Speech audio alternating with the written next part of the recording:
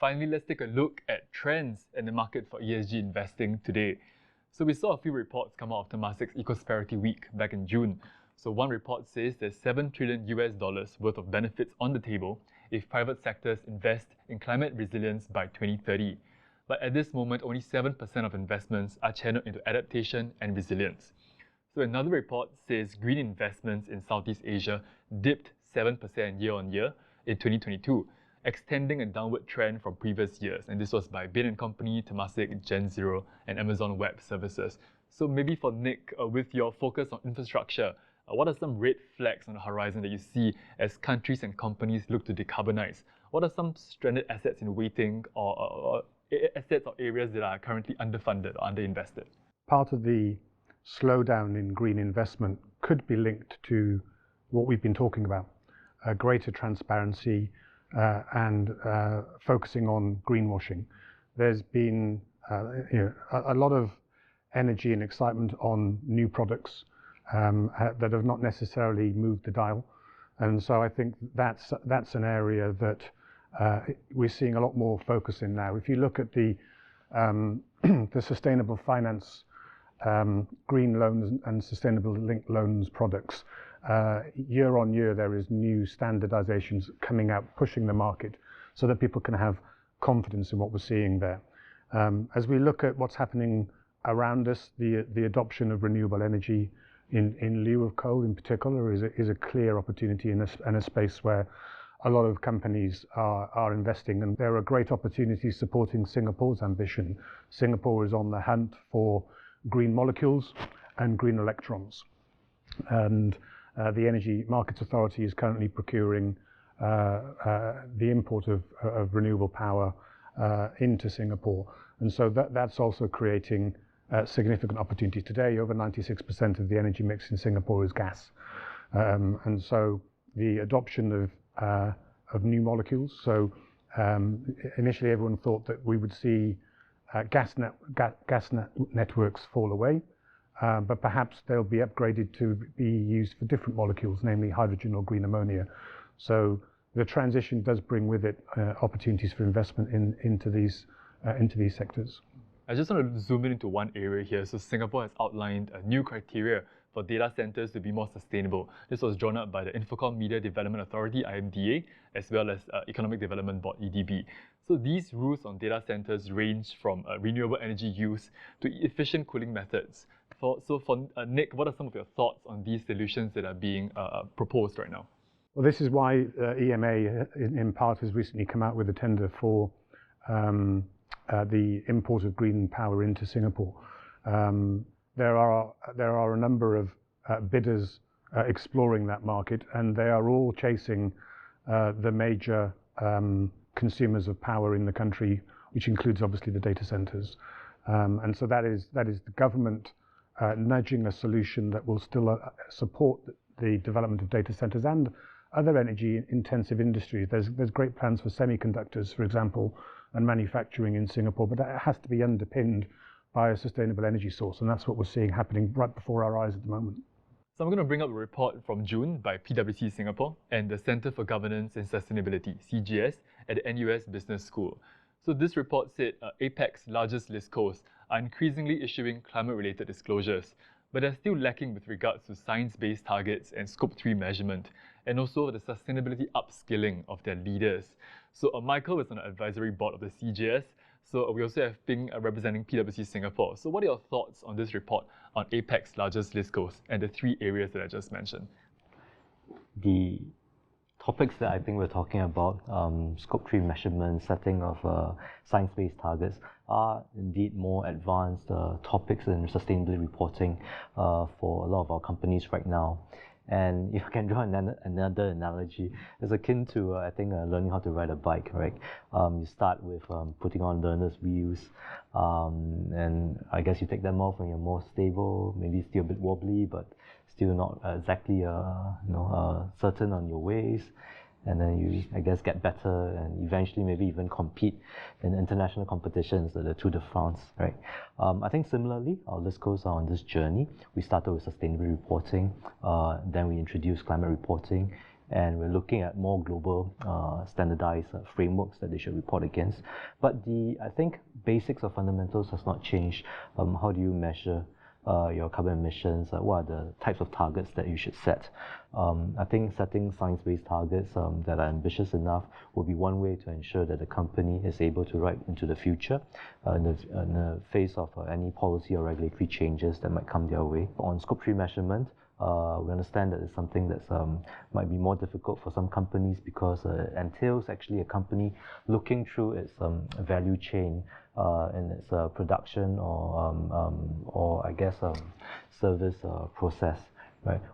What are the emissions of my suppliers? What are my responsibilities for the product after sales? What are the associated carbon emissions for these products? I think that takes some time for companies to analyze and come up with the numbers, and also willingness of different parties along this value chain to give the information. I think advice I have for companies is to start looking at it, and I guess with some haste in order to meet upcoming demands. Yeah, so this is actually the second edition of a similar study that we do with the NUS. And I think comparing with the findings last year, one thing that's pretty heartening is that there is significant progress for a lot of the companies across APAC, in part, thanks to the good work by regulators, including the SGX, to really encourage, more companies to adopt sustainability reporting, including the TCFD disclosure. So we do see a very strong uptick in terms of the number of companies adopting, climate-related disclosures. In terms of areas where we do see more work needs to be done, I think one is that, the level of assurance over sustainability information continues to be very low. Perhaps the only exceptions are countries where there are currently mandatory assurance requirements, for example, in Korea, as well as Taiwan. I think the other countries, including Singapore, we continue to see that the rate of assurance of sustainability information continues to be pretty low. And at a time where there's so much demand for high quality and comparable sustainability information, I think it's time that companies think about, getting some comfort from external assurance or even internal assurance providers over their sustainability information to enhance the trust and transparency around that information. When we talk about ESG investing, most would think about equities and how they can buy into this trend. So I'm just going to flip this question on about sustainability upskilling instead. So how do you invest in ESG and skills within the company? And Akara May, so what are your thoughts on Scope 3 and assurance here from Visa's perspective?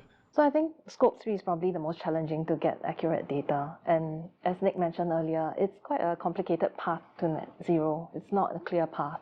But what's critical is going to be the data that we can provide to help businesses measure their progress as they transition.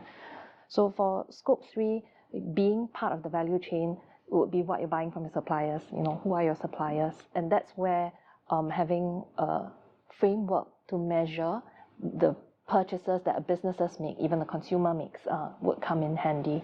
And of course, to Bing's earlier point, these frameworks are assured externally to ensure that they are robust and are measured in a way that would be relevant for ecosystem players. How would you make the case, and opening this to the panel, how would you make the case to a company leader about investing in their own people and making sure that they understand what the future has in store for their company? We recognize that it's important to upskill all companies, and it's particularly important that the board of directors really understand what sustainability is and have a common language, at least amongst listed companies, as to what it really entails and what they need to do. So to this end, we did ask all company directors to attend a mandatory training on sustainability in order to build up that common core of knowledge and information on sustainability. And I think the 1+ years since we introduced the requirement, we've had almost more than 3,000 directors attend these workshops across about 50 runs of training sessions. And I think that's an encouraging sign that within the company, the top leaders are equipped with the basic knowledge on what sustainability entails.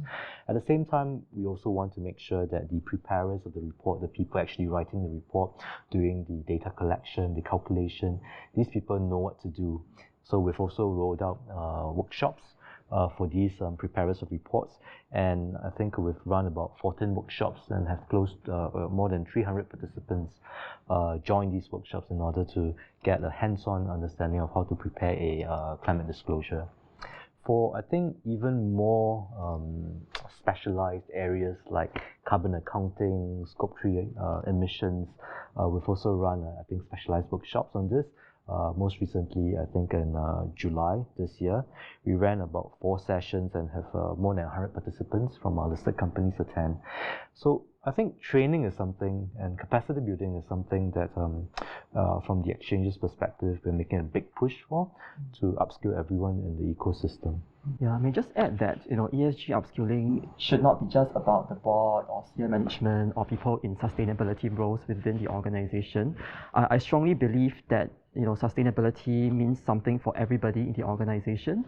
So just now, Michael mentioned about the TCFD pillars, right? So it cuts across governance, strategy, risk management. So whether you are, in finance, you're in risk, you're in compliance, or the business, there is something for you to think about as far as sustainability is concerned. So, it is with this belief that, at PwC Singapore, actually all our people have to go through sustainability mandatory training. So it's not just me and my team who specialize in doing sustainability work. It's for across the entire organization. So that's how I would actually, kind of pitch it to people who are looking to do ESG upskilling as well. The stakeholders who respond to risk first are those closest to it. And we're doing an interesting project at the moment, working with an insurance broker to undertake ESG due diligence on corporates. Why? Because they want to offer cheaper directors and officers liability insurance. So the insurers who are providing D&O policies are the ones that will pay out if the companies get this wrong. If senior managements misreport or get their disclosures wrong, it's the insurance policy that will be paying out. And so it's the insurers, quite interestingly, who realize they have money at risk. And so they are actively looking at trying to encourage, again, by pricing companies and senior management to get with the program. But they're trying to, they can see from a quantification perspective, risk associated to the premium that you're paying on those policies. I agree with what Bing mentioned earlier. It has to permeate throughout the organization, and it certainly starts from the top. So at least within Visa, we do see a lot of practices that have been rolled out across, we're a global company, so even in our Singapore offices, a lot of sustainable practices being employed, and down to working with our banks credit card business, it's plastic. So how do we, in the credit card space, go more digital? How do we help our issuers move to more sustainable card sources? Certainly some of these cost more, but based on our research, consumers are looking for sustainable options from both merchants as well as the card issuing banks. And so we're both internally and externally working with stakeholders to try and move the ecosystem along. So thank you for tuning in to Planet Edge, a special panel discussion on sustainability and ESG investing by The Edge Singapore. For the latest news in investing in Singapore and the region, visit theedgesingapore.com and follow us on our social media channels.